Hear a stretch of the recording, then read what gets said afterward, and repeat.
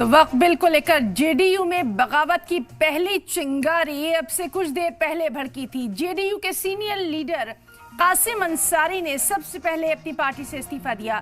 लोकसभा में वक्त बिल का सपोर्ट करने पर पार्टी के सभी ओहदों से कासिम अंसारी ने बाकायदा खत लिखकर इस्तीफा दिया।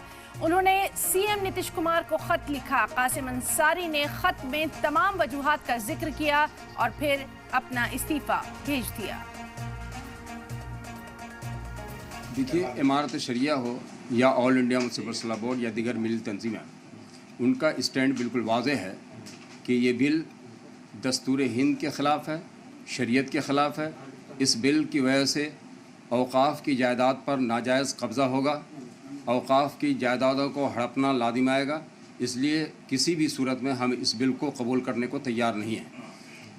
और जो सेकुलर पार्टियां अपने आप को कहती हैं, अगर वो लोग इस बिल की हिमायत करते हैं तो ऐसी सूरत में हम उनके लिए भी गौर करेंगे।